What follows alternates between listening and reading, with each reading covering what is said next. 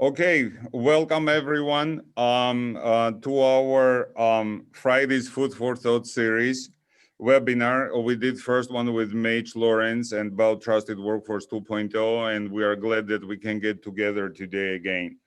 We will always can promise you that we will bring interesting and challenging topics to our discussions, and few quick housekeeping items. Please submit questions at any time. You have Q&A box at the bottom of your screen. And we will talk for about 35 minutes with the panelists and then try to answer all the remaining questions. And we are recording this session, so it will be available later and link will be distributed. So again, we are living in truly, many can say, unprecedented and turbulent times, right? So pandemic, PPE, social distancing, and Zoom are now became part of our vocabulary, right? That's the words we use almost daily. And all of us as individuals and organizations had to adjust in some shape or form. Obviously, this change arrived unexpectedly, and it's probably here to stay. It's hard to say what new normal will really be and how it will look like. All of us attending and been involved in personal security and clearance reform for many years, and they are very familiar topics to us, and changes many of us would say are probably overdue, and which means it will require changes for both government and defense industrial base as well. So our speakers today have been on the forefront of many changes and challenges during their distinguished careers, right? Touching mission, security, policy, technology, and many of us know as well, patience as well is needed. All of these elements are critical to the national security and will significantly alter the way industrial and personnel security teams will look at enterprise risk management while trying to innovate, stay compliant, and execute on their missions. And some of these changes are probably revolutionary. That's why we kind of called it Evolution to Revolution webinar on personal security, like Trusted Workforce 2.0, which will present opportunity to look at this problem through a different lens. But also, I think it's very important to remember history and lessons learned. So many attendees today know our speakers, so I will just briefly introduce them to our audience.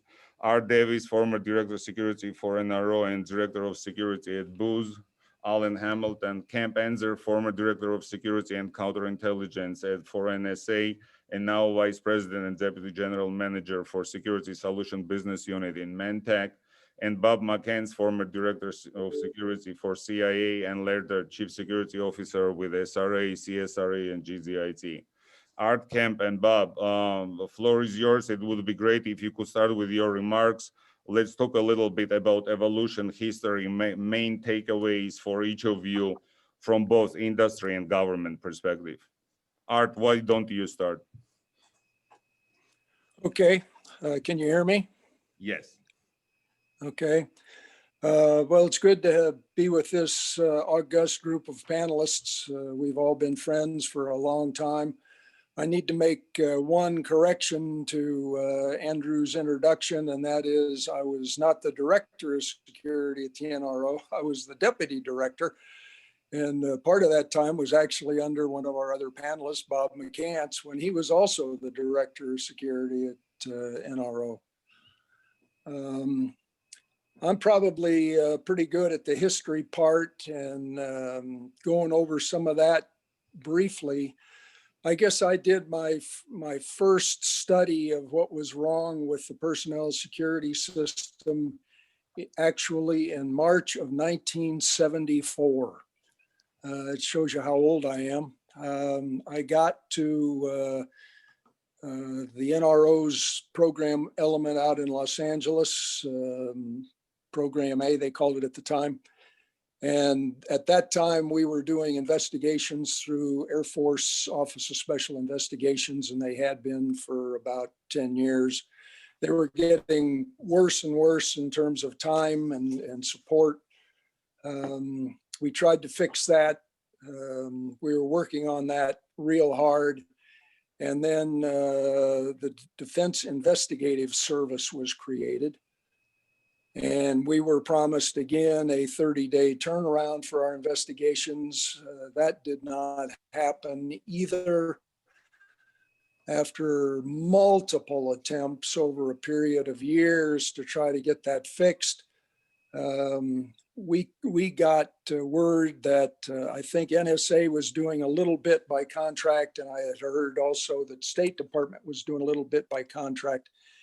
And so we went out and started doing all of our investigations under contract, and had a 30-day window built into the contract. That just worked like a charm. We almost had a major fallout with the government over it, but we got over that. We proceeded to do that for a number of years, and we were continuing at that time to adjudicate out at our program element in Los Angeles.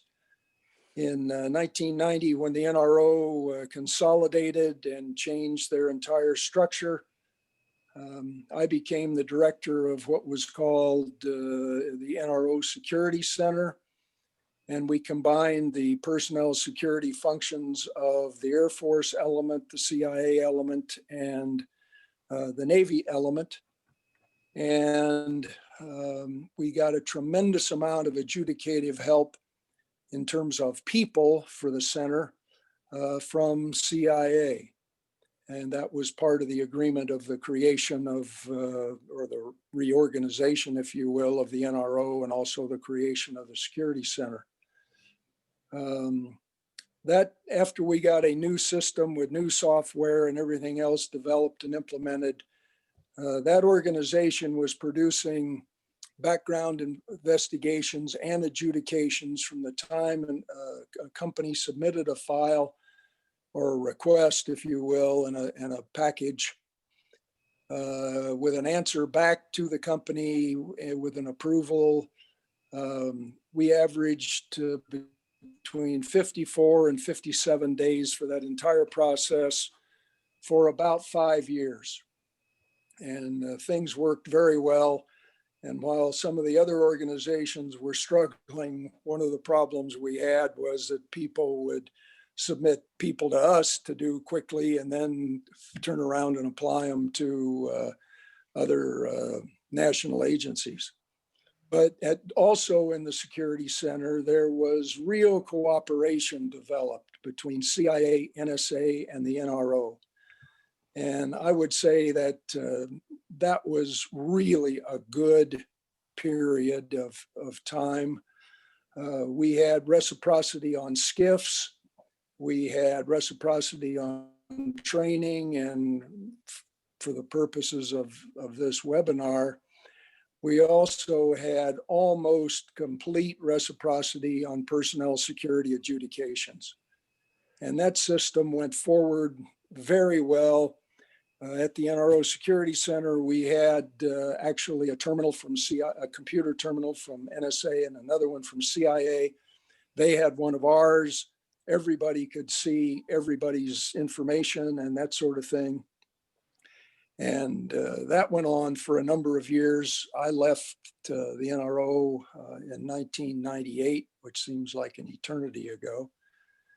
And all of that reciprocity is now gone. All of the problems of extended times for background investigations, you all are very familiar with in terms of how long things were taking and how long, how big the problems were and so forth. And now you've seen the changes that are underway. And I can speak more about those a little bit later because I participate in the Security Policy Review Council for INSA and have a pretty good feel for what is going on now. But I'll now turn the floor over to Bob or to Kemp.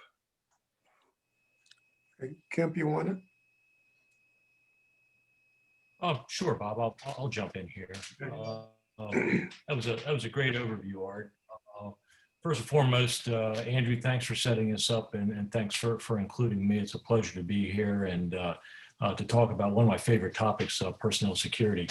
From a historical standpoint, and I'll breeze through this pretty quick because I know we want to get to the questions and answers, but dating myself, I'm not quite as old as Art. He looks fabulous, I might say, just looking at him. But I was hired basically to do background investigations for the National Security Agency when I entered on duty in 1981. And if you all recall, those that remember back then, change of administrations, the Reagan era started. There was a federal freeze initially, and things were pretty tight. When things started to loosen up, NSA was going through a very large hiring program, and they just couldn't depend on DSS to deliver the background investigations. So they decided to hire a cadre of investigators, government, civilians, special agents to start that. And I was lucky enough to be part of that group. In the 80s, really for the National Security Agency, it was a real hiring boom. And I think for most of the IC and a lot of the DoD, with the Reagan era, there was a lot of hiring going on, and hence the requirements for a lot of clearances and to turn those around pretty quickly. I will tell you that the 80s, I'm going to talk about three significant events that really shaped personnel security, at least for my vector at the National Security Agency. And one of those events occurred in the 1980s. And we call the 1980s the decade of the spy, specifically 1985. And I think just about every agency was touched by espionage in the 80s, whether that's, and most were volunteers. And again, that had a significant impact on the personnel security clearance process for me. A lot of people were wondering, okay, wait a minute. We have cases like Pelton and Howard and the Walker espionage ring, Pollard, the Marine scandal in Moscow, the Lone Tree issues there. Everybody was wondering, well, what is going on? What is happening to our cleared population, and what can be done? And again, for most of those cases, individuals didn't join because they were going to commit espionage. Something happened. So there was a lot of emphasis placed on a very good background investigation. There was emphasis placed on psychological screening, and of course, my personal favorite, the polygraph.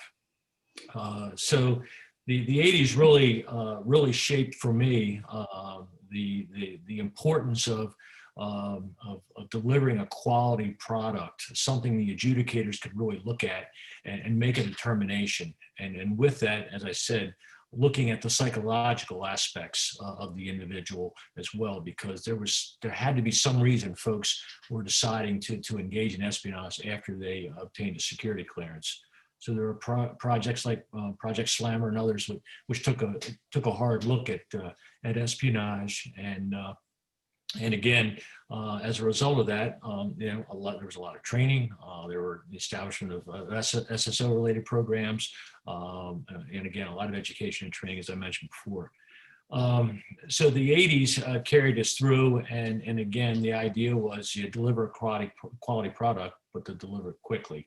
And again, that was the challenge, right? Along with a very, as I said, an increased hiring program. Then just the counter happened in the 1990s, right? All of us remember the 90s where we didn't do a lot of hiring. In fact, at one point in the late 90s, 2000 timeframe, NSA was actually looking at a RIF, a reduction in force. And we were all tightening our belts, preparing for that. And then the second big event happened, which shaped personnel security for me, and that was the events of 9/11. And 9/11 clearly changed all our lives to this day. But one of the things it did in personnel security was it opened the aperture for those in the business, in the security business, to meet mission requirements. We had to look at not only delivering clearances even faster, but we had to look at a population that we really didn't pay a lot of attention to before. And for NSA, that was the high-risk native-speaking linguists. That was a lot of very sharp technical talent that wasn't necessarily born in the United States, but had a lot of foreign preference issues with immediate family members in a foreign country. So we started to see counterintelligence and security kind of they started to be talked about anyway as a single discipline, right? Not two separate entities that were stovepipe, but two entities that were together and had to be together to be successful. So again, personnel security was revamped again, and with a strong counterintelligence emphasis, especially with the background investigation, because we pushed the interview up front to the beginning of the process to develop those counterintelligence leads before we submitted someone for a polygraph or a psych screening. And I think all of us were running pretty much prior to that time our processes in parallel. You initiated the background, you started the polygraph, you had your psych screening, and you initiated the local agency checks. They were all being done in parallel. Well, all of a sudden we said, wait a minute, we need a good CI interview up front to be able to feed the polygraph, to feed the investigative leads, and that sort of thing. So a lot of good things happened. Again, a lot of reciprocity, a lot of sharing, a lot of lessons learned across the IC and DoD, we were meeting mission requirements, and I think we all should be very proud of that. The third event for me and for all of us was the WikiLeaks Snowden leak event, right? Starting, 2013, or actually a little before 2013 with WikiLeaks, but for me, the Snowden event 2013, followed by the Martin case in 2016. And again, as a result of WikiLeaks, the executive order on counterintelligence and the idea that you really needed situational awareness of an individual, not just the personnel security pieces, but user activity monitoring and all the other things that go with that. And we saw a big focus on reinvestigations. I think a lot of us with our hiring programs after 9/11, we're focusing on the initial applicants. We didn't spend a lot of time on reinvestigations. And suddenly that became the flavor of the day. So we had to adjust our priorities. Certainly we continued hiring. Obviously we needed to continue contractor clearances, but all of a sudden reinvestigations was put in the forefront. So that was, and again, a lot of questions, right? Why leaking? Why are individuals deciding not to use all the mechanisms, the oversight mechanisms in play, but going ahead and deciding to leak classified information? So a lot of focus on that, a lot of interest in that. We saw a lot of changes with regards to how contractors are viewed, right? I can remember testifying on the Hill. Are you processing contractors the same way that you're processing your applicants and your military assignees? What are the differences? And I think we all know there weren't really a lot of differences in the way we process contractors versus applicants or military for the most part. But again, we still had to ask, ask and answer a lot of questions. And there was a sudden interest in system administrators. And a tiering of administrators. So we went through all of that. And again, for me, there were the three pivotal events. And of course, scattered, in there was the, reinvestigation standards, relooking at, the investigator standards, relooking at scoping those out, looking at workforce trusted 2.0, the issue with the continuous evaluation as opposed to reinvestigations. All those things are coming to fruition now with the idea behind speeding things up, doing things quicker, reducing backlogs. Mixed emotions on a lot of that. I think Art, Bob and I, pretty much our environments were pretty much wall-to-wall SCI. And we all know SCI clearances are a small subset of the number of clearances in the federal government, right? When you look at that. So there are a lot of challenges going forward, and I certainly look forward to taking your questions. But it's interesting how things have evolved over time, and now we're in the latest crisis, if you will, the pandemic and everything going on here in the country right now. So it'll be interesting to see how personnel security evolves or continues to evolve there. With that, I'm going to pass it to Bob. Thanks, Kim. I'm going to just give you a little bit of my background, excuse me, and I'm doing it for a reason. I spent 34 years at CIA, and 20 plus of those years were in the Office of Security. But of those 34 years at CIA, I spent 14 years at the NRO. So when I first started at CIA in security, we did background investigations. So the new agents did background investigations, just like at other agencies. But when I got to the NRO, we saw a different way of doing background investigations, different way of doing case processing. And I did see a turnaround where cases were done in less than 60 days. And that was great. But I didn't see that at CIA. So in, I think it was 1998, I became the director of security at CIA. And if you guys remember, in 2001, we had something called 9/11. And Kemp and I were still in the big chairs at 9/11. This is my take on the impact of 9/11 on the personnel security process. I think the system has been broken for years and years, but backlogs in collateral and SCI have always been huge, but have grown steadily over the years since 9/11. I think the impact of the attacks on the US in 2001 was direct. Immediately after the attacks on our homeland, we started seeing a requirement to have state, local, tribal government employees require collateral and SCI clearances. So that means that in order for them to get classified information, they also had to be cleared. I think during that time too, we started seeing some companies that were not the typical defense contractors. These were contractors that were brought in to support the United States and the homeland after 9/11. So then we started seeing more impact on the security and personnel security system. Now, immediately after 9/11, the intelligence community began looking at clearance reform. And I think Kemp remembers that, where we used to have meetings. I can't remember the frequency of those meetings, but it was almost constant. And they gave me a lot of money to improve the background investigation process. Now, the main goal was to speed up the process and increase the quality of the product. Now, that was good, but some in our own clandestine services, they wanted to speed up the process, but they also wanted to have a better, comprehensive investigative coverage. So I don't think we could do all or both. And when I left, I still don't think we had gotten there yet.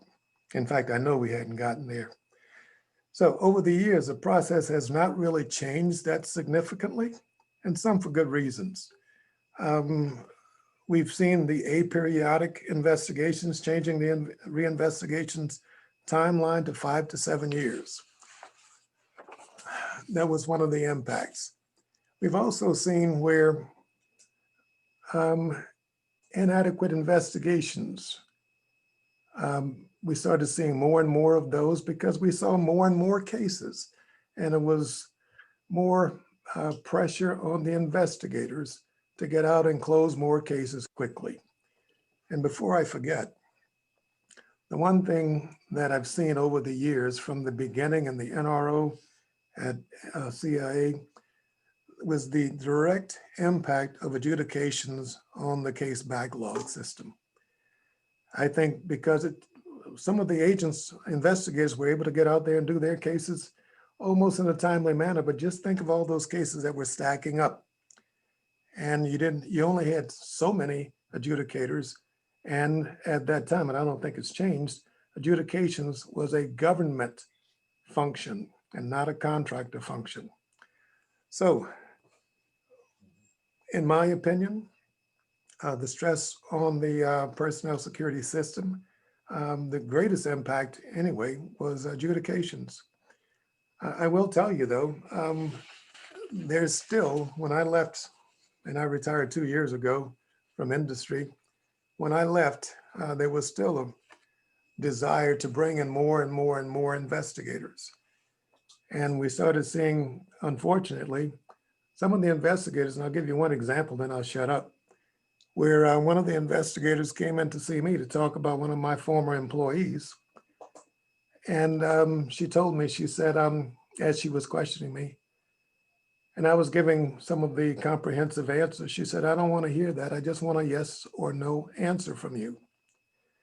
And I think that was the impact of the caseload that these kids, these young agents, had to carry. And when they're carrying what we used to call a caseload of 40, 50, 60 cases, and a lot of times you had to redo some of those cases, I think that became one of the impacts on the processing system. Art mentioned reciprocity, and reciprocity has always been a problem. But I think what Art said is exactly true. Reciprocity worked really well between or among NRO, CIA, NSA. I can't say much for the other agencies, though. So I'm going to shut up and leave it there, Andrew.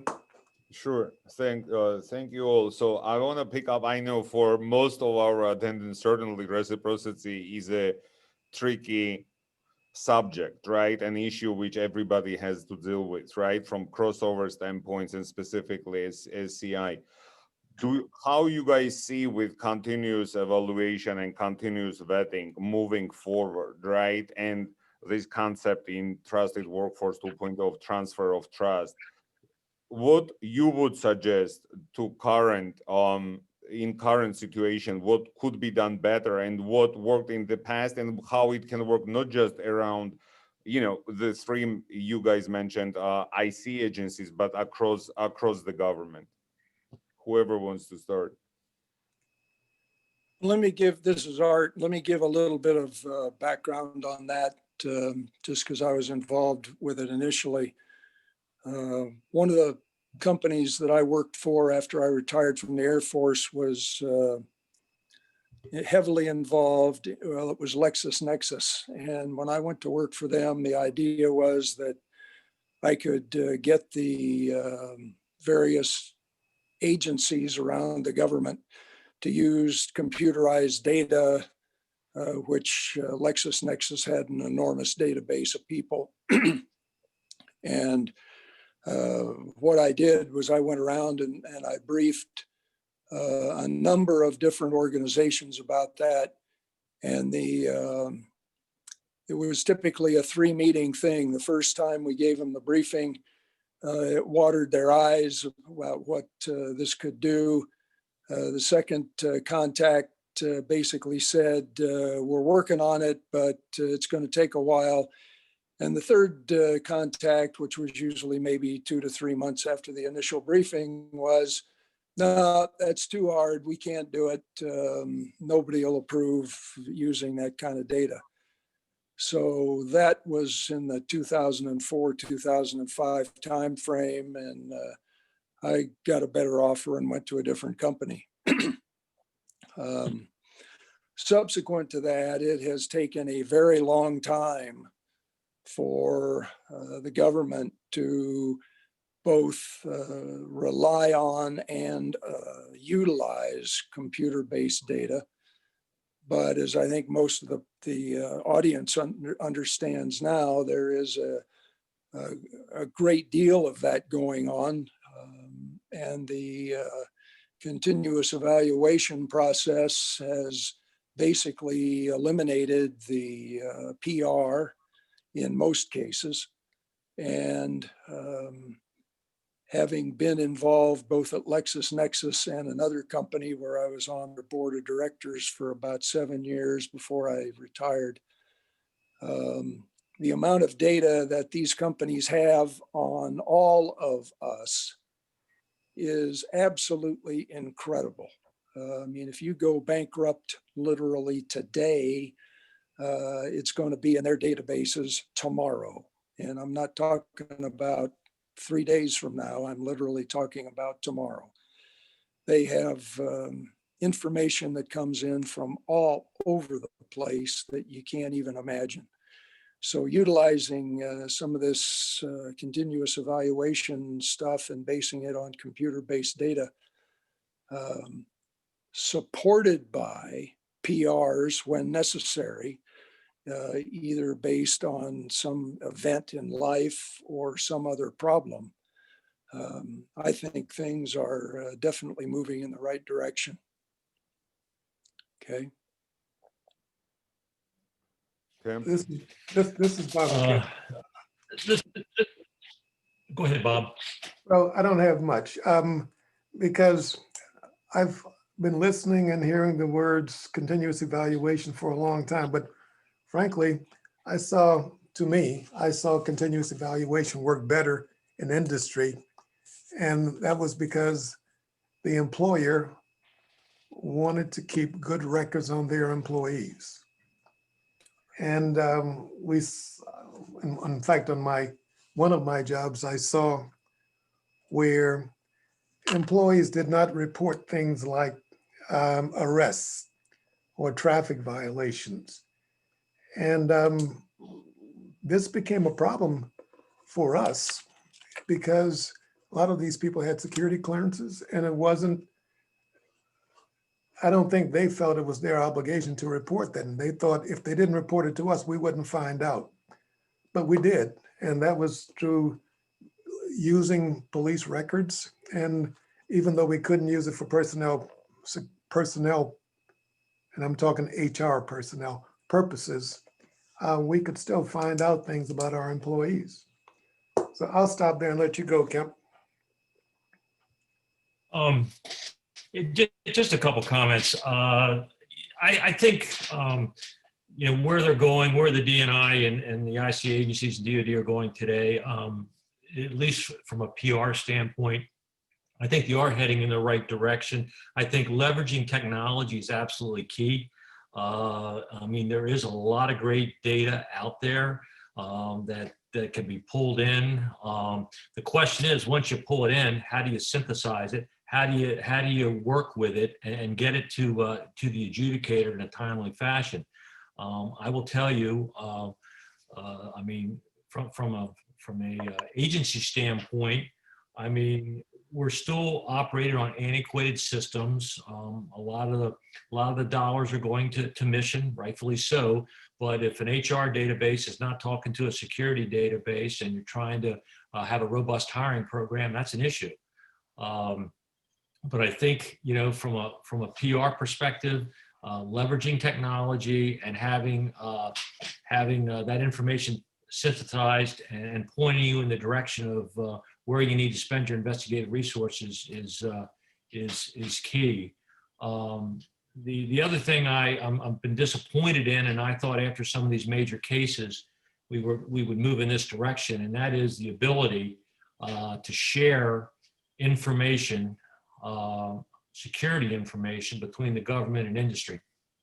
And I know the industry has good information as well, and they'd love to be able to share it with the government. But again, the lawyers and some of the acquisition folks get involved, and they give you a lot of reasons why that can't be done. And I think it is disappointing, because I think given what we're trusted with, both on the industrial side as well as on the civilian side, you'd think we'd be able to work through that. So that to me, again, I think we could have avoided and can avoid future issues if we had that kind of exchange. Back to you, Andrew. Camp, absolutely. I mean, agree, as you know, right? I mean, lawyers, 3 lawyers, 10 opinions, right, in the room. So in Privacy Act and all of 1974, there are always reasons, right, to come up with this. I think one of the interesting ideas is what industry can do on their own, not reporting to government. We kind of talked about it a little bit before. But what I wanted to bring up, since actually you talked about CI, Camp, and kind of personnel security and stovepipe systems, and you just brought up HR as well, right? So what do you think from your kind of industry experience, which I understand is you haven't lived at SA that long ago, but still converging and bringing on different data sets together, like HR, personnel security, cyber, right? CMMC is coming. So there are new things are coming, and bringing it all together to truly kind of understand the enterprise risk. And obviously with understanding that typically security plays a role of the support function, right? But it's actually bigger if you look at it at the enterprise level. Bringing all of these data together can truly provide true enterprise risk picture. Right, Andrew, that's exactly right. And my former agency, I mean, one of the things they're very good at is obviously sifting through lots of data.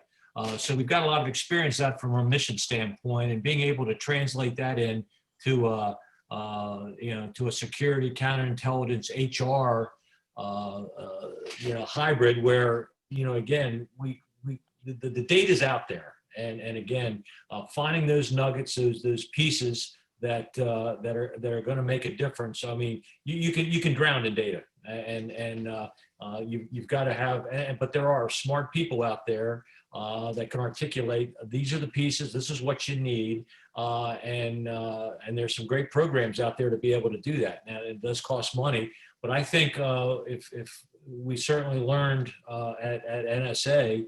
And NSA is investing from an insider threat standpoint. It's very important that you capture the right sets of data to be able to analyze that and identify an at-risk population and focus on that at-risk population. You just can't focus on the front door. I mean, yes, you got to pay a lot of attention to applicant clearances, initial contractor clearances, but once they're inside, you can't forget about them.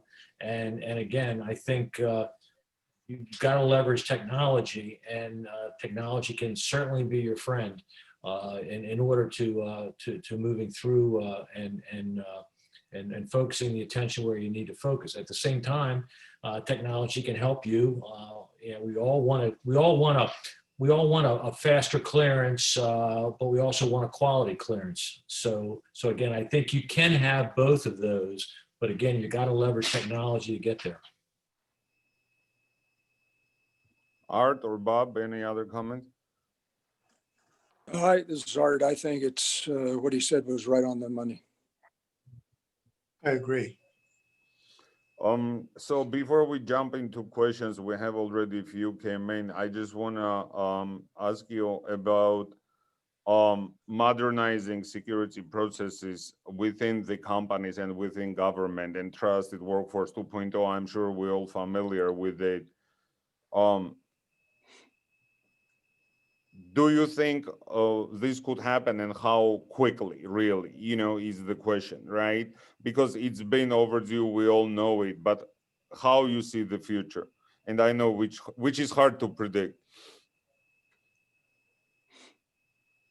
Well, I'll just jump in real quick. I think, Workforce 2.0, they're right now they're cutting their teeth on periodic reinvestigations.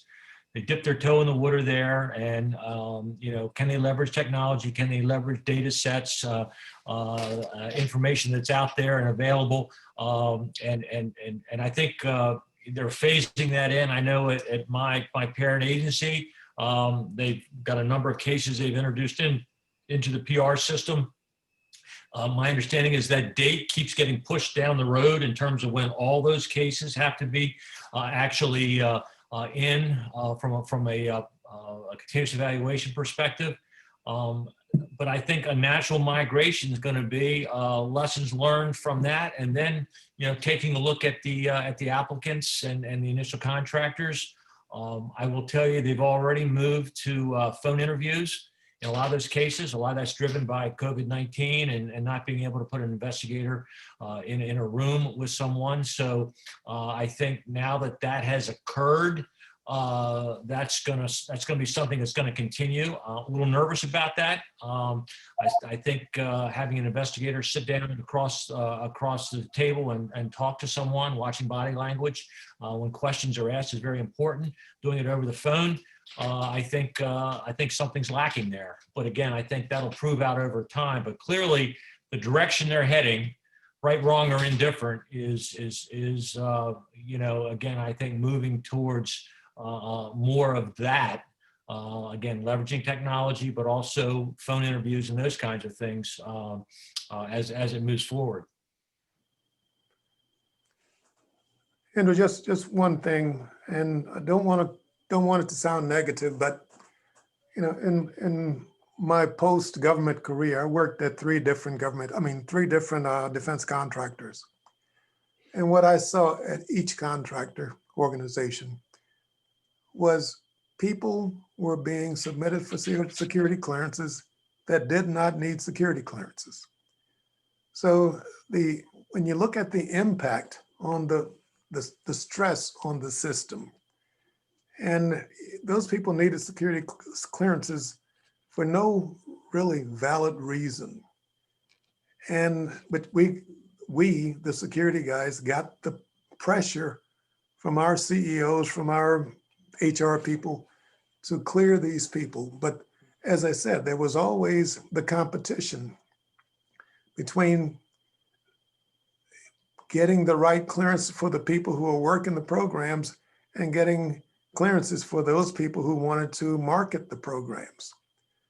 So if you look internally at yourselves, and try to push back on those clearances that were not that beneficial or valuable to the contractor and to the government, I'd push back a little bit. And I raised this at each company. And when I first got into industry and at Lockheed, I saw this happening a lot, and I pushed.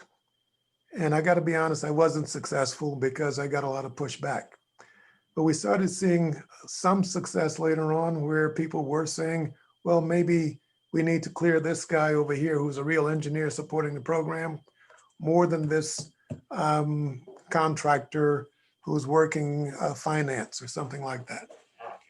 So that's something that you have to look at internally and see if you can push back and make sure it's done right without stressing the system.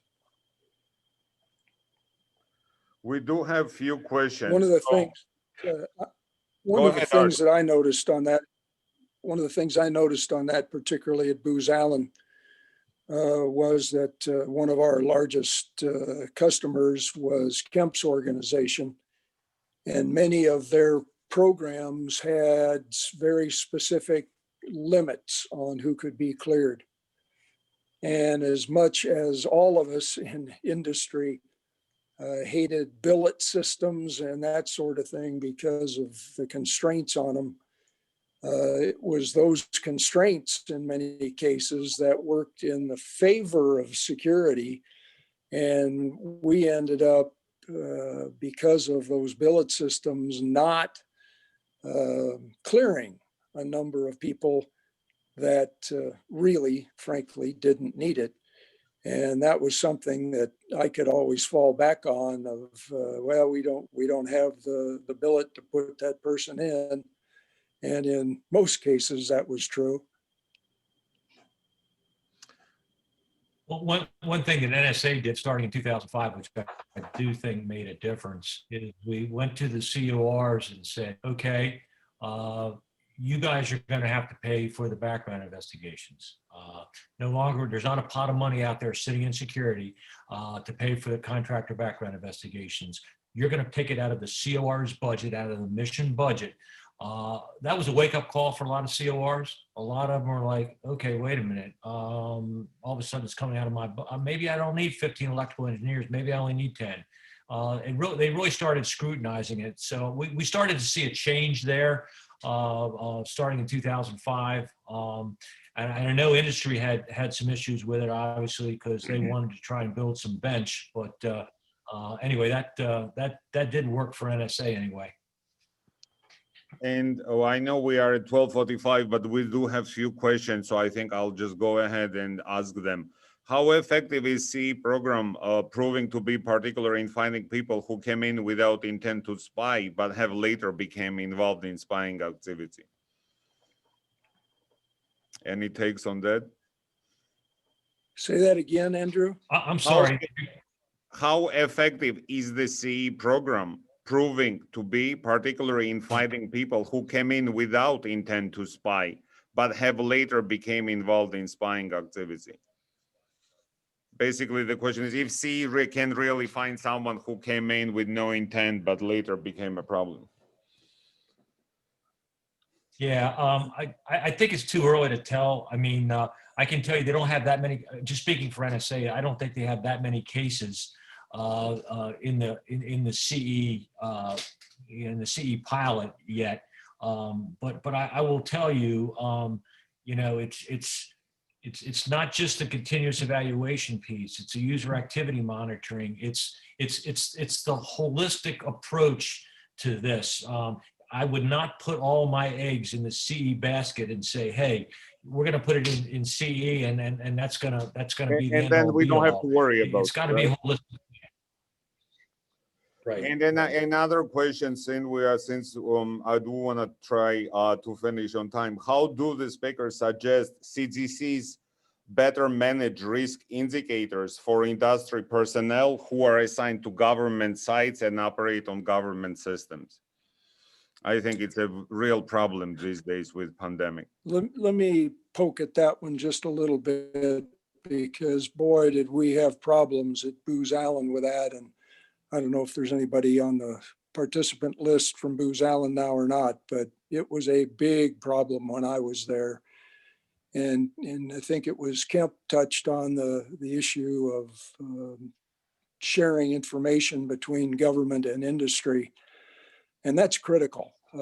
We had people who were, worked exclusively on government sites, Mr. Snowden being one example.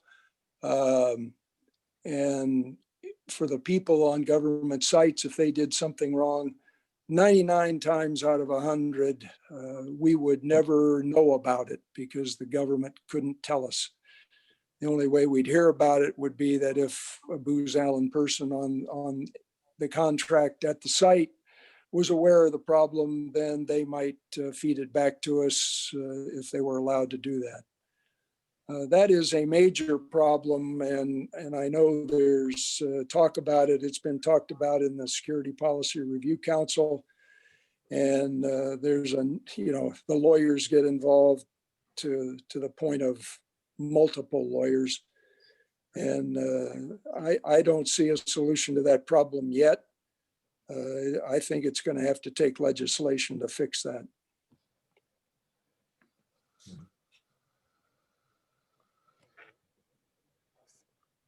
I think we are at 12:48. So what I wanted to say, I know we can talk about these problems for a long time, but I wanted really to close it. And first of all, thank Art, Bob, and Kemp for your insights, for your service to what you've done for national security across many years, And I hope you and your family stay well and safe, not only during pandemic, but all the time. And I want to thank everyone who joined us today. Thank you very much. Thank you. Thank you. Thank you, Andrew. Bye.